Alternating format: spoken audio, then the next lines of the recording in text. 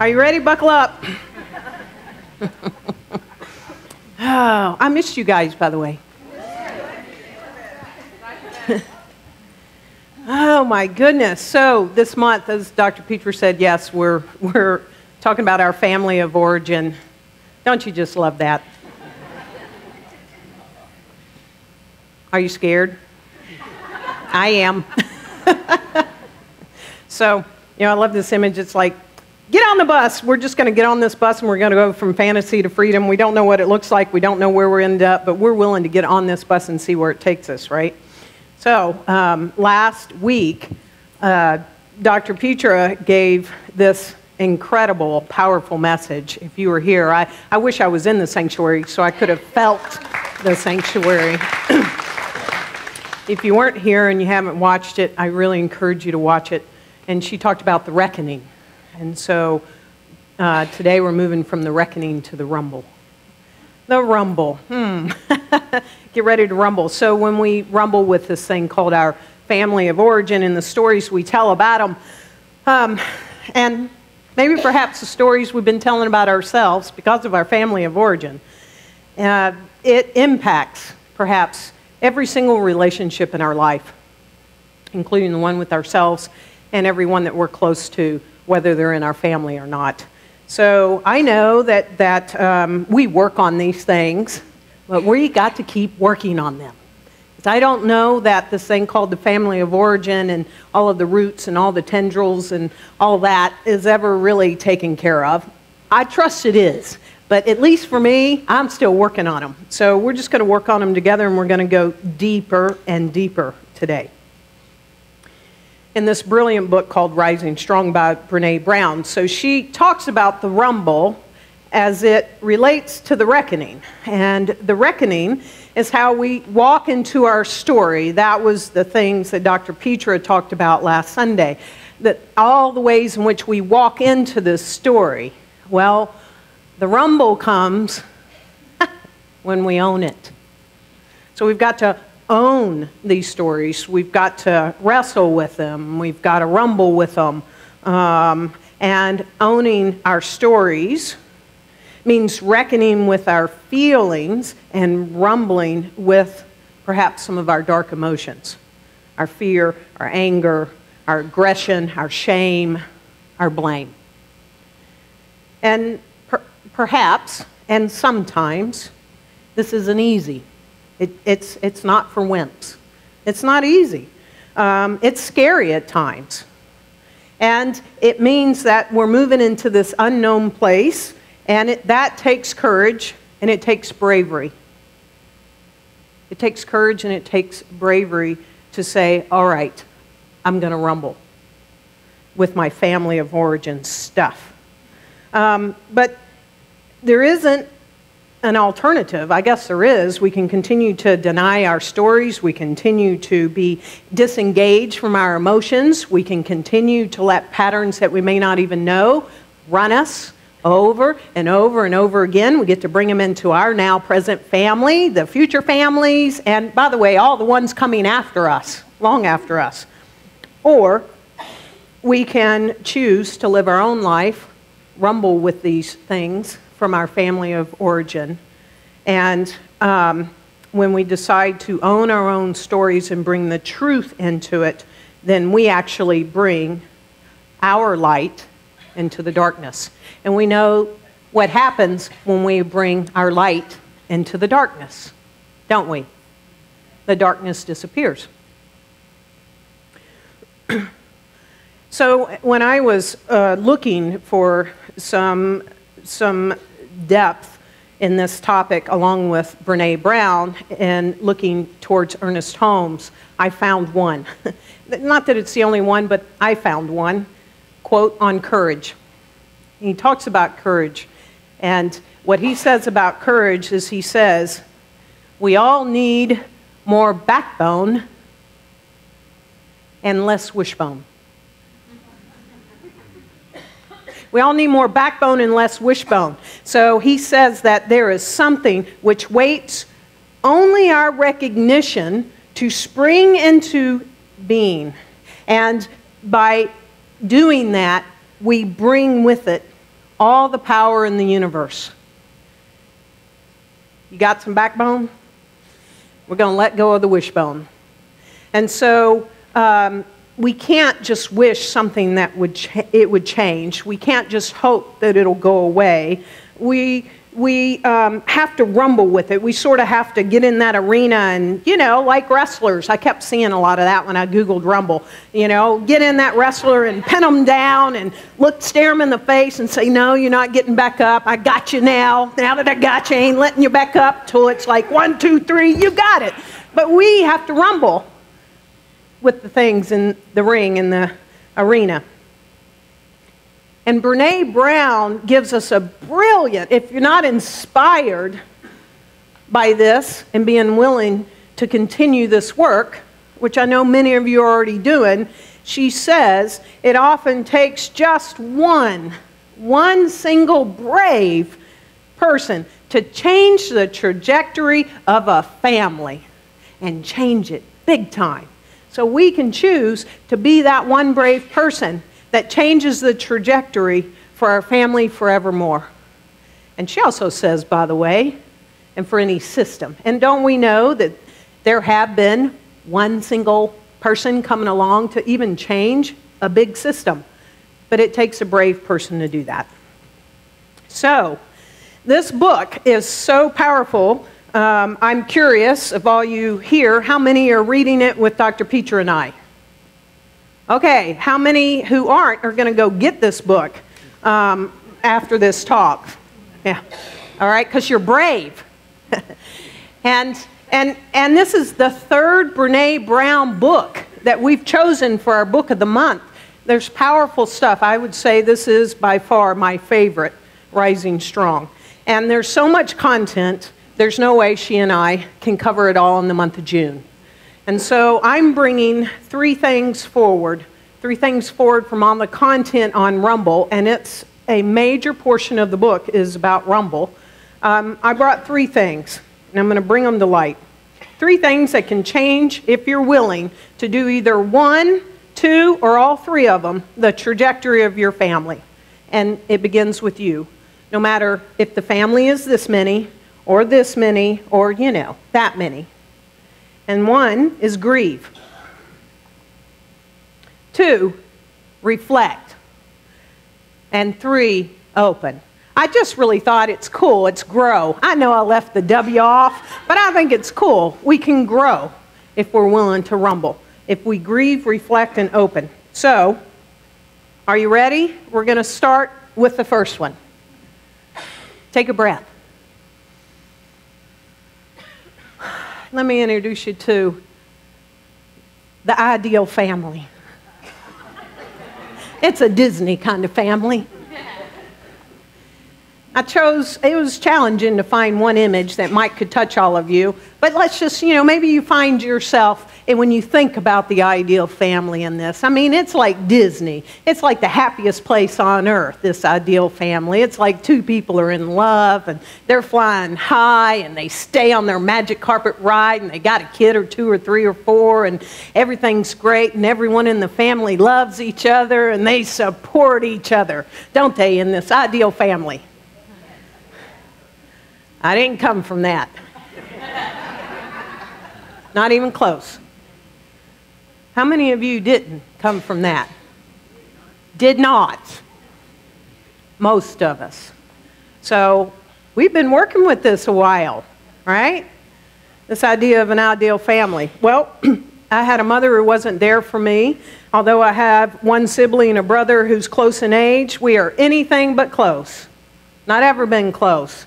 And I have to say that there were times in my life and growing up and in my adulthood that when I heard someone that they had a close relationship, with their mother, boy, was I jealous.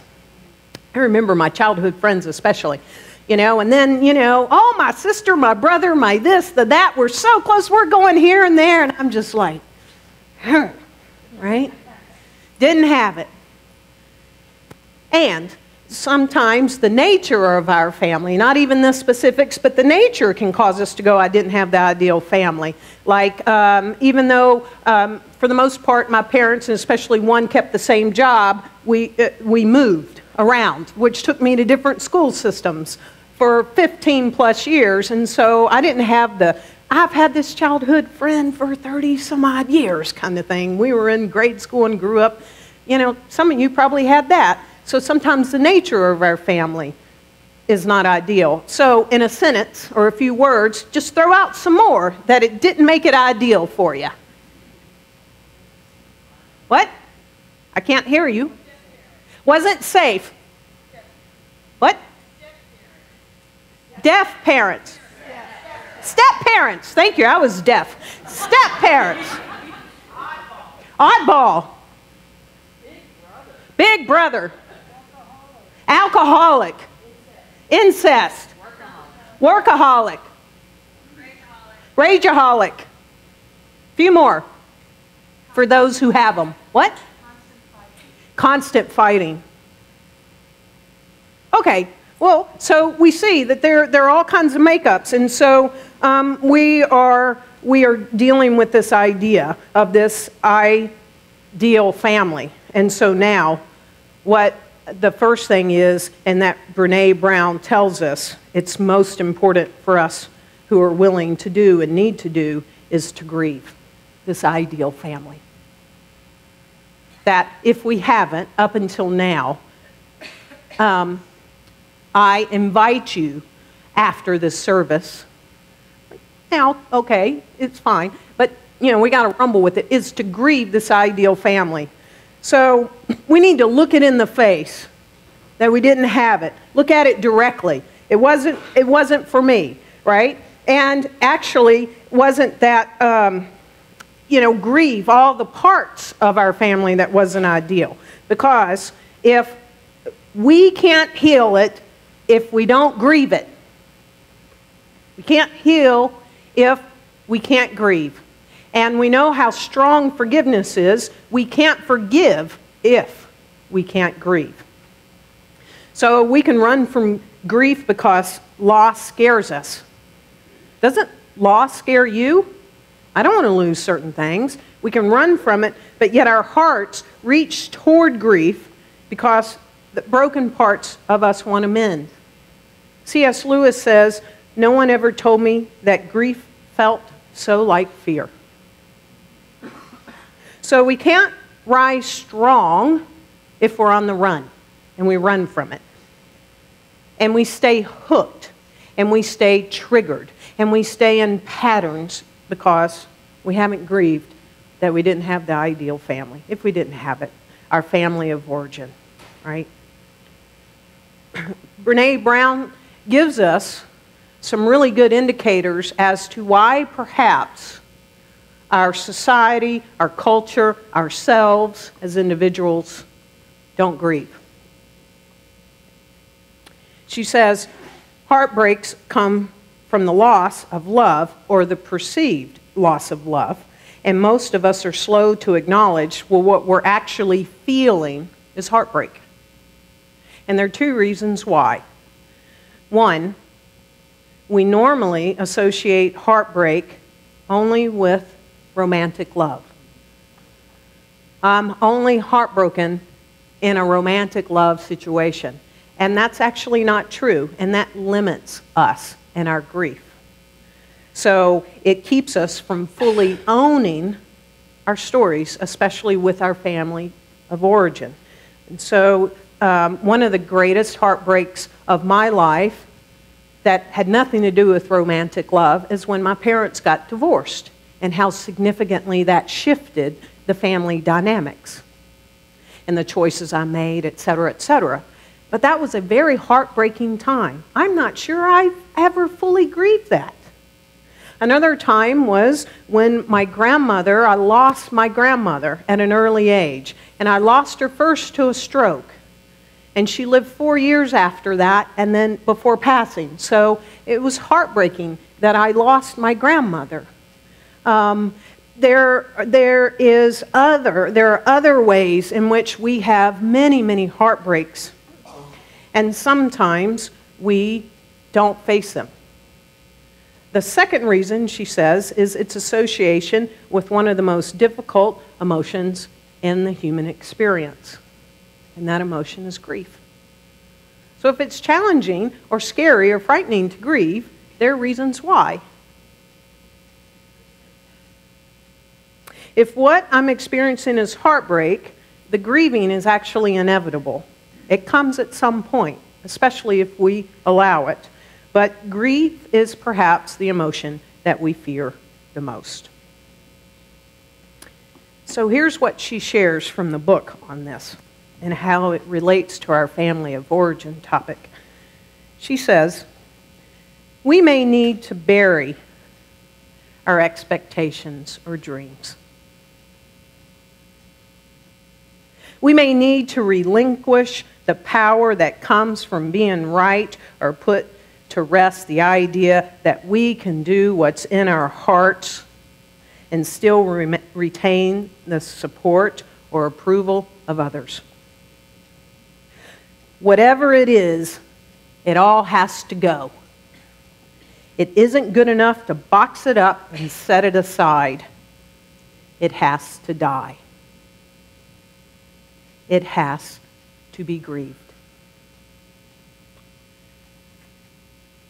She says, within families and in other close relationships, we love each other and we hurt each other. The question becomes, what has to end or die so we can experience a rebirth in our relationship? One of my most powerful experiences of forgiveness happened when I finally stopped running from the grief I felt about my family falling apart and started walking towards forgiveness. This process led me to some of the toughest but most important deaths of my life. I had to bury my idealized version of my parents and see them instead as people with struggles and limitations, with their own difficult histories and heartbreaks. The death of the idealized version of our parents, teachers, and mentors, a stage in our hero's journey, is always scary because it means that we're now responsible for our own learning and growth. That death is also beautiful because it makes room for new relationships. So we must grieve the fantasy, if we're still holding one, of having an ideal family. Maybe perhaps not just of our family of origin, but the one we're currently co-creating right now. Grieve it so that there's room for new relationships within it to be bloomed. Let it go. Let it die. This is the rumble. And it makes room for new relationships with ourselves and everyone close to us. Okay, so that's one, but we're not done yet. I invite you to take a breath.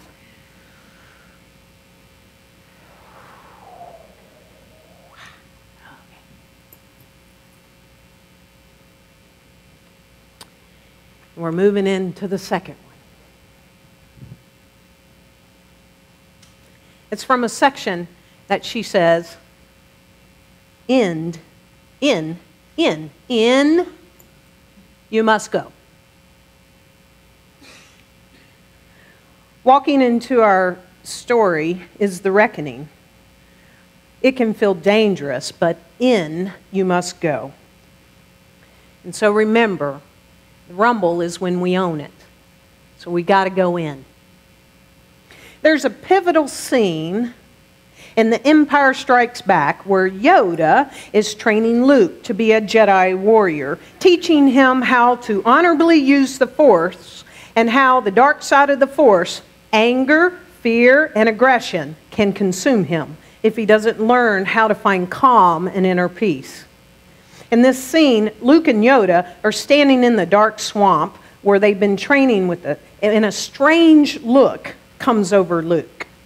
He points towards a cave at the base of a giant tree, and looking at Yoda, he says, "There's something not right here. I feel cold. Death." Yoda explains to Luke that the cave is dangerous and strong with the dark side of the Force. Luke looks confused and afraid, but Yoda's response is simply, "In you must go!" I know, don't lose my day job. My voice is going. When Luke asks, "What's in the cave?" Yoda explains, "Only what you take with you." As Luke straps on his weapons, Yoda hauntingly advises, "Your weapons, you will not need them." The cave is dark and thick with vines. Steam eerily rises off the ground with the large snake winding its way over a branch and a prehistoric-looking lizard. The snake, lizard, perches on a limb. As Luke slowly makes his way through the cave, he is confronted by his enemy, Darth Vader. They both draw their lightsabers, and Luke quickly cuts off Vader's helmeted head. The head rolls to the ground, and the face guard blows off the helmet, revealing Vader's face. Only, it isn't Darth Vader's face. It's Luke's face.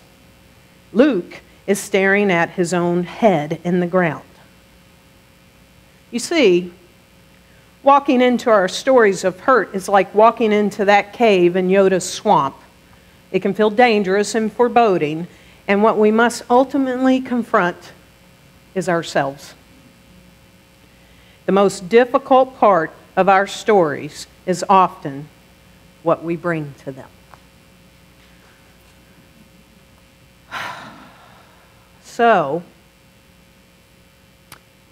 it's time, if we so choose, the second thing we can choose to take up is to reflect, is to begin to have reflection and to start on the way we start to rumble in this process with our family of origin is we start to reflect on those things that trigger you, upset you the most about your family of origin.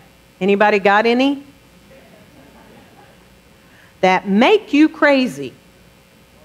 So, did you ever think growing up about your parents like, "I'll never be like her or him. When I get married, for sure, I'm not going to do that," right? I would never treat someone like that. Or, scenario, because we've had them. When I have kids, by goodness, right? I'm not going to participate in that, what I saw in my family. Well, and when we see it, not just with our family of origin, but when people in our lives, whether we know them or not, and it triggers us, it upsets us the most, and we say, "I don't want to be like them," especially our family of origin, that's the place to start, because there may be a habit, there may be a pattern, there may be a way in which, whether we knew it or not, we took them up. At least one, perhaps, and then we get to stare ourselves in the face and in the mirror. Yeah. So, I've been rumbling with myself for several years now about this, and I have to admit, for a long time, I wasn't willing to do this kind of work. I wasn't willing when someone would tell me, "You're showing up like this," and it sounded very familiar. I just wasn't willing. I projected everything on that person and was like, "Well, that must be them. That's not me." Until you hear it a time or two or three or 200. And then I was like, maybe I ought to start looking at this. And so for the past several years, I started looking at it because probably I put it off because I was honestly afraid of what I would find. I didn't want to go into the cave. I was afraid that I might be in there. And I might look like somebody else that I don't like. And I might show up like somebody else I don't appreciate how they show up. And so for me, the things that really triggered me and that I didn't like were things like manipulating, controlling. No matter how you do something, they know a better way to do it. And that's the way to do it. And this one was really hard for me to look at. And by the way the person shows up, the world revolves around me. And so we began to work on these. I'm sure you have your list, right? Some may feel like boulders, and so you're willing to tackle the boulders. Some might be more subtle, like really subtle. It gets so subtle that instead of it's a boulder, it's a grain of sand. And as I've started to work on this, just when I think I'm done, ha ha, laugh, laugh, I find more things, and they're subtle. Manipulation. Big boulders, I can tell when someone's trying to manipulate, or honestly, when I'm attempting to manipulate. But I've gotten really good sometimes at the subtle manipulation. Like, would you like a cup of coffee? Come on, don't you want a cup of coffee? I know you want a cup of coffee. Starbucks is just around the corner. When actually I'm the one who wants the coffee.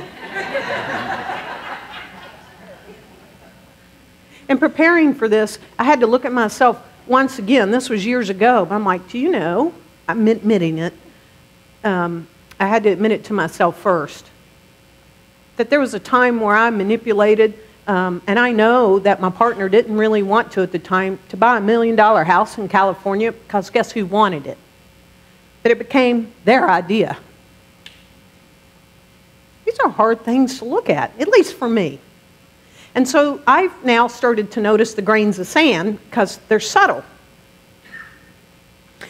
Brene Brown talks about this. And she talks about this in a way in the book that really sparked something in me. And especially some of you know, because you were here earlier in the year, I let go of my story. And I did. And letting go of that story, what I didn't understand was going to happen is then I no longer could project this on that person. And as I distance myself and that person's not around as much, I really can't project it and like, well, that's them, that's them, that's them. I've had to start doing more of this, more of this, more of this. I've had to go into the cave and rumble with myself. And recently, I came upon one that just got so big of a trigger, and how I showed up, I'm embarrassed to say, but I'm going to share with you, it was the hardest thing I had to face, and one of the things about me, something that I've lived with myself for quite some time. But I was so triggered, I'm like, I'm not triggered like this about other things.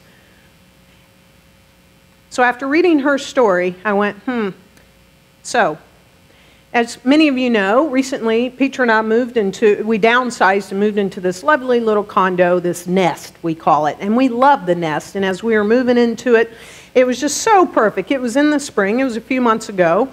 And you know, it's springtime and the windows are open and we're starting to put our furniture in place. And I am so happy and everything's just perfect, really. I'm so glad we decided to do this. And the windows were open. And I smelled cigarette smoke. Now, okay, that happens a lot, right? But I get triggered with cigarette smoke. And it was close by, so I thought it must have been those construction workers that I actually asked, because I'd already had the conversation, please don't smoke in the back because I'm allergic to cigarette smoke and it affects me, and the world revolves around me, by the way. And it affects me and it makes me nauseous and the this and the that. And, you know, so please don't do that. Well, smoke. And finally I went, I was feeling the trigger and the rage that was starting to happen inside of me and Peter didn't even know. I snuck out the door to go see who this was. 2 doors down, out on their patio, in the sanctity of their own home, there was a woman smoking. I was furious. I'm admitting this live with you and on Memorex. I mean, I was in pure judgment. Hadn't happened before, wink, wink. I was in pure judgment and I was enraged that this perfect home had just got obliterated. You see, there have been moments, and even with staff in the past, that I say, I'm allergic to smoke, I can't really hug you, ba-ba-da-ba-da-ba-da-ba-da, okay? Just to let you know, right? I've been in Paris, France, and have to leave a great meal because, blah, blah, blah, blah. But on this particular day, it went beyond. It went to a new level, and I could see the rage in me, and I was in the cave, and I looked me right in the face, and I went, who is this person? Oh my God. And I decided, I have to do something. I have to rumble with me, because something in my family of origin has triggered this so big that now I'm like this. I'm a maniac. And so I started doing some processes and getting some help and working with myself. And what really, the heartbreaking moment for me about me within myself was when I imagined, as a spiritual leader, talking to you, if you were coming to me with this, what I would say is, well, that person is God too. And I realized from a spiritual perspective, I was eliminating a whole group of people and wasn't willing to love them because of me and my triggers. And I did look up that there are approximately 36.5 million smokers in the United States. It's probably good that I don't try to control you or manipulate you or attempt to get you to give it up. But what happened in this process, because I was intentional and I was willing to work with me on it, is there came a new unconscious thought. Never happened before this moment, because I wanted this. I wanted to find the other side of this. And that new unconscious thought was, I love and support smokers. And I can tell you it's been almost 2 months now. And every time anyone, I want any of you smokers in the community to hug me today. Anytime anybody lights up now, that's the thought. I love and support smokers. I am no longer nauseous. I have no longer physical reactions. I am hugging people I wouldn't have hugged before. I had great meals on vacation. I didn't have to leave the premises. And it's all because I was willing to work with something that I was so triggered about my family of origin. And it changed everything within me and everyone around me. And I no longer have judgment at all about that. And I share that because, one, I had to admit, and it's true. So, Ernest Holmes tells us this is so important. And this is a big signal for us that most of our criticism of others comes from an unconscious rejection of the self. And so, when we start with our triggers and we start with our judgments and we start with these things to help us, especially with our family of origin, I was rejecting myself at a level, and that was also causing the increase in the rage and the triggers. And so have you ever noticed that when judgment comes out, like when I'm unhappy with my weight and where I am in my physical body, I promise you, I'm looking at people and going, well, they're overweight. Oh, why don't they take better care of themselves? I'm judging because where is it really starting? I'm unhappy with something about me. So I'm more likely to judge people when I'm unhappy with something in my life.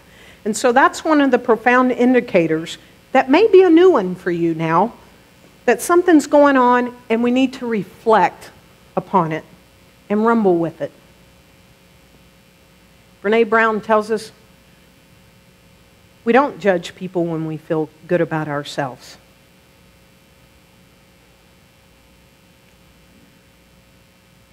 And when I now, having read this and worked with this material so I could bring it to you, I reflect back on that moment when I hit the rage at a new level and a trigger that was just so ugly that I didn't know who she was.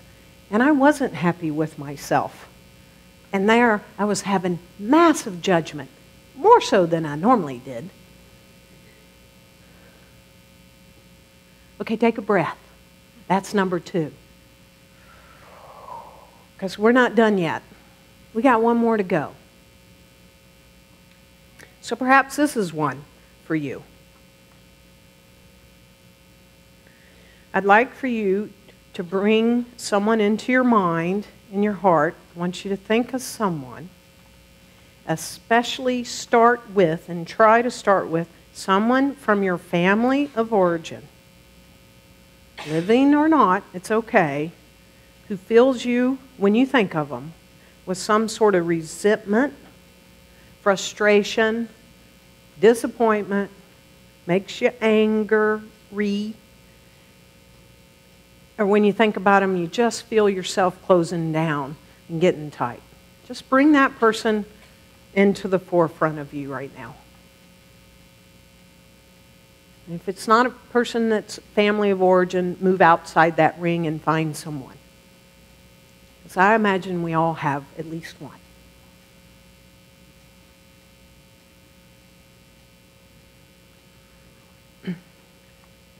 So the third thing, if we're willing, that is the rumble for us, is to open. Is to open. And open up to the truth. If you absolutely knew, if God, Spirit, life itself was telling you, this is the truth, and you believed it about this person, and the truth is, this person is doing the best he or she can. Open to that. You see, in the story she shares, Brene does, that helped me see mine, it sent her into a rage and got her triggered, and she went in to see her therapist, yada, yada. But from that moment on, for a couple of weeks, she was just like, she was just triggered. And so she started to ask a question of about 200 people. And she asked the question, do you think that in general people are doing the best they can? And she got mostly yes. Sometimes she got no and got to have a good conversation. And finally, she got to her husband, Steve, and she asked him, honey, do you think that in general people are doing the best they can? And he said, well, I feel it's better to assume that people are doing their best. It keeps me out of judgment and lets me focus on what is and not what should or could be.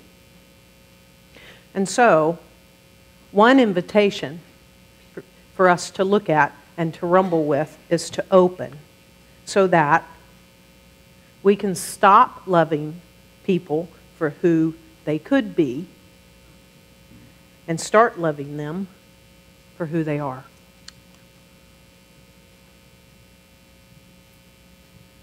Take a breath. We've gotten through all three. So, my invitation to you, each of you, is to be willing to rumble with one or all or some of these three things, or perhaps things you're already working on with your family of origin. Rumble, continue, don't give up till you got it pinned down in the arena, staring it in the face. You're allowing yourself, as it relates to the whatever you thought your family ought to be in the past or now, that you allow yourself to grieve that it's not that. Some of us need to grieve that it's not ever going to be that, and that's okay. But regardless, if there's something else we want and not what we have, grieve it, like she says. Let it die so that there's this new opening for new relationships to be born. To reflect, to absolutely reflect on the things, and we know because they happen, they come up, that trigger us, that puts us into judgment, that gets us all wound up inside, and start working on that. Is there any of me in that? Is anything about that I'm like triggered about, true about me? and to open, just absolutely open to the possibility and open perhaps to the truth. The truth is, no matter what, they have done or are doing the very best that they can. And when we take that into our hearts, that changes. So it absolutely begins in the rumble. We get to remember. It only takes just one single brave person. And I know you're that person. To change the trajectory of the family. Because you know what? All those lineage back there, they didn't have Brene Brown's book and CSLDallas and the time now that we're in our own life where we're willing to rumble. And so for the sake of the trajectory going forward, we can set a new course. We can go from fantasy to freedom for ourselves and for all those in our families. And that's a really blessed thing.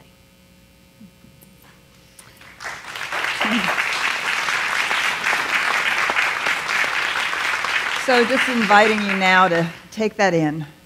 Go within with me as we move into prayer. And so we take that breath, that centering breath that moves us in and down into that infinite reality within us.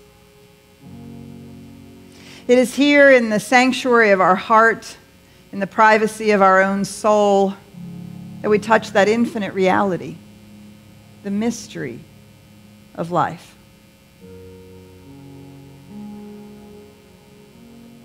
And as we breathe into that place, we breathe into the infinite divine presence.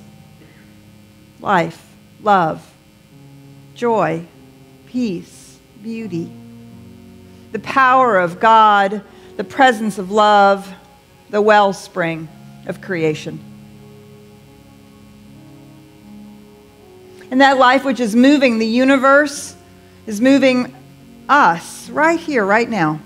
My life and your life. The life of all beings everywhere.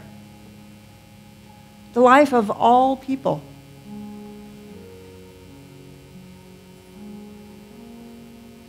And so we take this moment right here to affirm that this is in fact true. That this life is the life that runs through you and me. It runs through the families from which we come and the people we love today.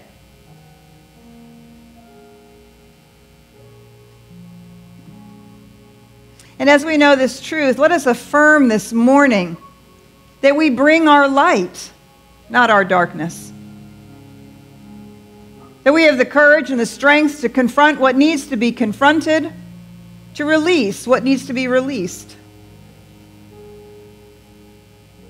So that our light shines brightly. That we are a beacon of love and a place of hope and a joyous presence in the world. This morning we affirm and declare that we release these old patterns, these false beliefs, and we cut the chains that bind us to the past. And standing right here, right now, in this place together, we move forward with grace and with the truth that not only is each and every person in life doing the best that they can, but right now I know that the truth is each one of us is doing that best. And that is the light in the world. It blesses and heals, it touches and lifts. How good it is to know this with gratitude. We let it be, we let it go, and so it is.